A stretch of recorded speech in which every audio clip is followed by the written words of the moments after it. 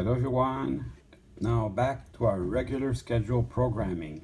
So I'm going to do more regular type of videos where I take a locomotive and I fix it up. So this is a Con-Cor SW1200, maybe 1500. You guys tell me, I'm not too sure which one it is. And this one, these were imported by Con-Cor, but it says Cado all over. There's also a generation of these that had the Cado word wiped out. So I don't know, maybe another outside company made them for Con-Cor. And a lot of these were made by River Rossi. I'm going to put a picture of a River Rossi one.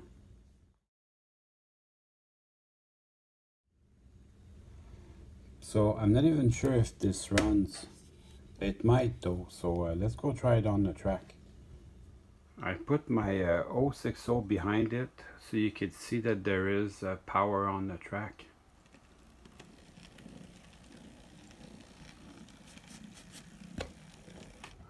Maybe it needs a little more power.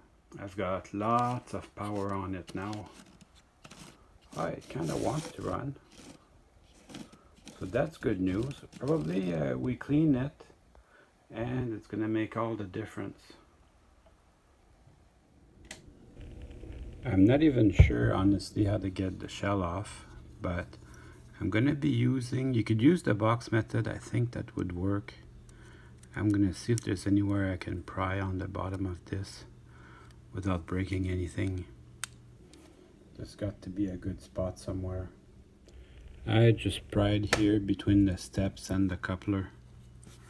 That seemed to go pretty good for me. Got me to where I needed to go. There. Because there's a little bit of light piping to bring the light to the front, and there's a nice little light that goes to the back. That's pretty neat. I think I'm going to remove that to release the weight there, and the shell is in two parts. There's a bottom part and the top part.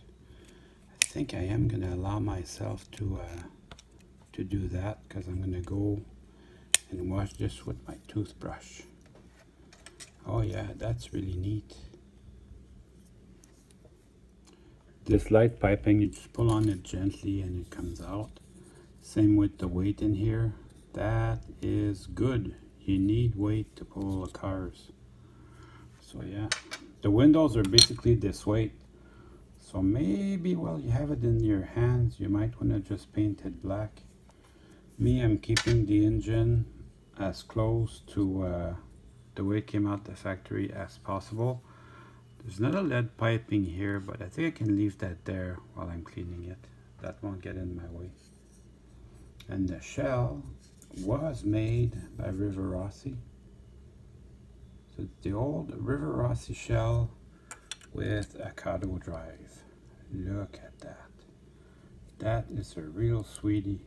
It wasn't exactly cheap, this engine. I got a good deal on it, but it wasn't the cheapest engine out there. This shell is not the most detailed shell out there, but it has some pretty cool stuff still. Look at this this nice checker plate detail.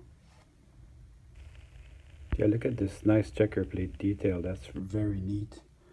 The bad side of it is the fuel tank here with the air tanks. That's not very detailed. That is a spotting feature of these. You can spot them right away. So let's get into the nitty-gritty of this. The time we're going to try and make it run. So I'm going to start with these two screws. Actually cancel that. I'm going to work with this little light. This little light here, it's bent in a peculiar way, so I'm going to want to retain that. And remove these two screws, so it's a split frame. It should just spread out just like that. Yeah, when you're working with these, make sure you have enough room to put your parts. If you have a nice box, that would be great.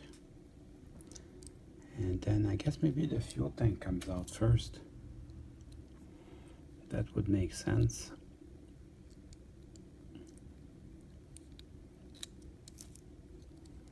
So that's gonna go get cleaned. And then that should just spread out. I've never had one of these before, so I'm taking double my time just to make sure. Although this seems like most of the other engines that Kato makes, doesn't seem that much different. So here's your truck there. I'll just spread out for the other one. And then the rest of the frame should just spread out. And that's it. Be mindful of these two insulators, you're going to need them. And then the little motor just comes out. If you put the motor like this, if you put it back like this, the engine will back up when it's supposed to go forward and go forward when it's supposed to back up. So keep that in mind. To keep basically the white magnet, put that on the bottom, just the way it was. And that's it. I'm going to remove the couplers and these spacers, and then I'm going to wash everything with my toothbrush and some dish soap. This would be the time to switch it to micro trains if you want, but for what I need to do, the Rapidos are just fine. And then we'll go ahead and wash that. I usually don't lube the motor, so let's just try it out to see how it runs. It's on the lowest setting on my power pack, so I don't usually lubricate them. But this one, because it's pretty old, I'll give it some. So just put a drop on the outside of the bearing, and then I'll play with the shaft up and down. Just give it a chance to penetrate a little bit. And then I'll put some power on it. Just give it a chance to get in there. And then I'll do the other side. So this here is the secret to having really good running engines, is to have clean wheels. So this is a lot like the RS3 that I'm used to work on. So just push these. I put my nail on the one tab and push with my screwdriver on the other tab. And note the place of your traction tire and the little copper pin that comes in and helps with power pickup. So this has a little bit of dirt on it. It's not bad, but just enough maybe to keep it from running. And this is very similar to the RS3. Very small gears.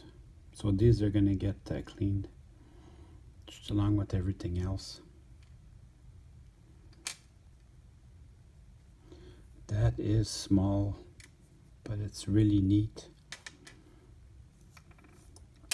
So yeah, here's the secret. Basically, you take your rag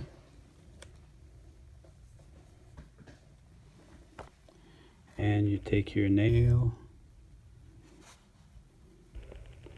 and you just run it next to the flange to get everything cleaned perfectly. Now I can feel a little bit of sand. All these parts, they're not smooth. They're quite a bit rough to the touch. So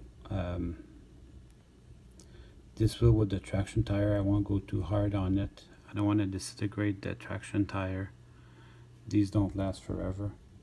So as I'm cleaning this, I'm also gonna wash it under my tap with some dish soap. This little contact pin there, it's really dirty. So these I'll just clean with my fingers. And there's some good gunk on it. I'll even put my nail in that. It's pretty dirty. But anyways, that's how I do it. I'm going to continue doing that off camera. There, so I got it cleaned just with my finger. That way you don't use harsh abrasives. Now I'm getting ready to put everything back together. I will, however, do a little bit of lubrication on these 3 pins here.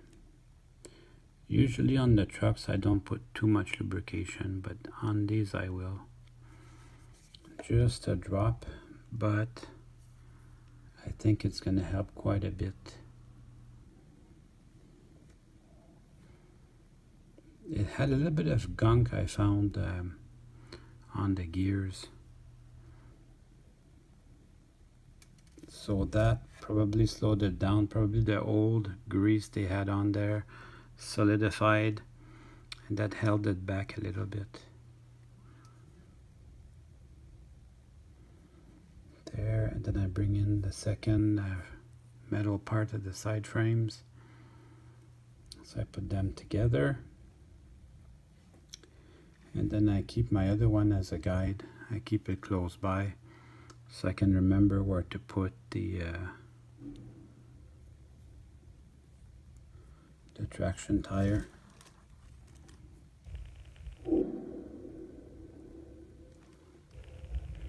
So these will be symmetrical. And don't forget your little contact pin. It will run without it, believe it or not, but it does help a little bit. So I like to have it. I like to have it there. That rides. That rides on these little pins here. Usually it lines itself up properly, but you have to keep it in mind. 9 out of 10 times it just lines itself up and goes right there. But keep that in mind after you're done, to go back and check to make sure that it's there or where it should go. These are usually not too hard to put together. So that looks good, that looks good. Try it with your finger. It's pretty stuck there. Probably my little pin's not in its right place. So I can see it's not lined up in the holes. I can get my tool in there and line it up. There, I think I'm happy with that. Much easier to move now. I did the other truck off camera. Now I'm ready to put everything back together. So we'll start by the motor.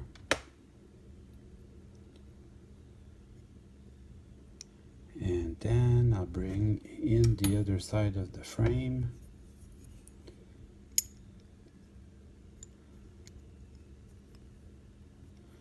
I almost forgot, I need to bring in these little insulators.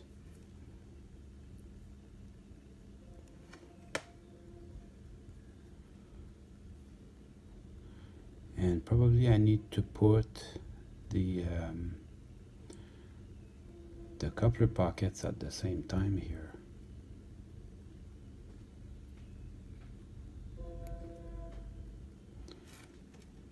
Because that's the time that they need to go in.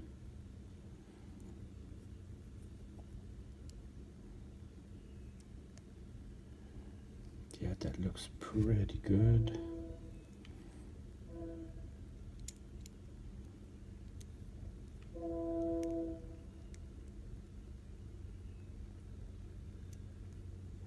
I'm taking my time because it's actually the very first time I've had this. So I want to be sure that I'm not damaging anything. And then the 2 side frames, the 2 trucks with their side frames. Now bring in the other side of the frame. And that too, I'm going to take my time. I'm using gravity as my friend to hold my side frames together. That's looking pretty good actually. Neato. And then I put the two little screws.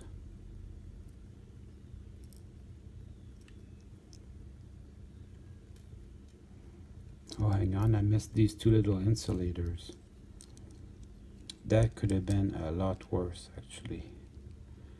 I could have tried to run it and not knowing what I was missing. I put it all together off camera. Now I can bring in my two screws.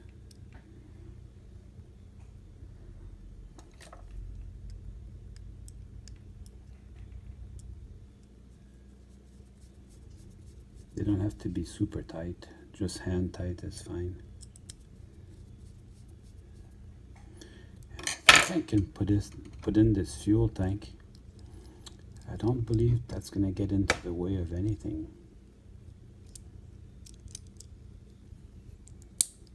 It's just very friendly. Let's test it on the bench. So that's running very smoothly. That would be backward.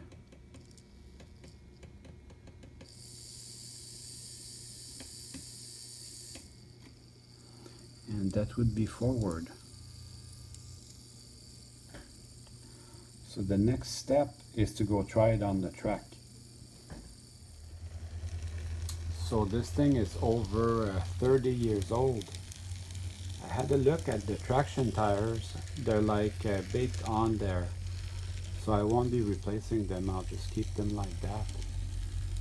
So all things considered, it runs really good.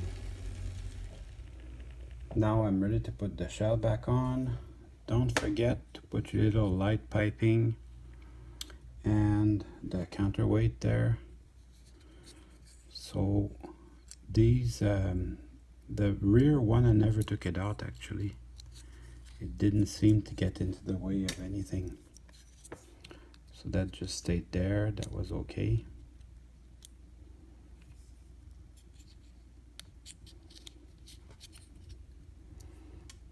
And also, I should have put the counterweight in before I put that light piping. For sure, for sure. So that, maybe not the best looking thing, but it does have some neat stuff. It's got the little bell and the little horn.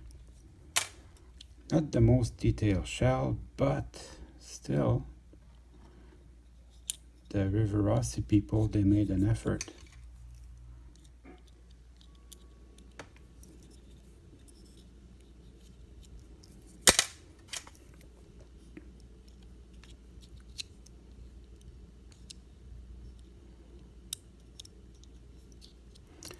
There, that looks good. And then I can put the bottom part of the shell over here.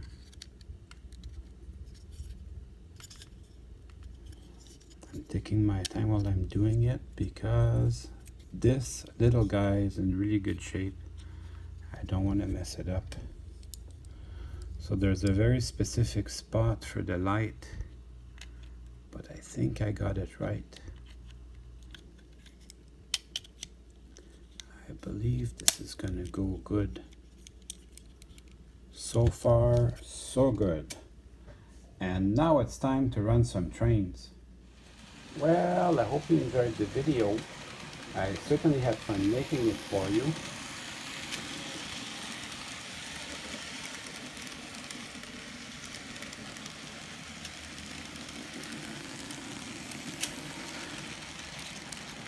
See you soon.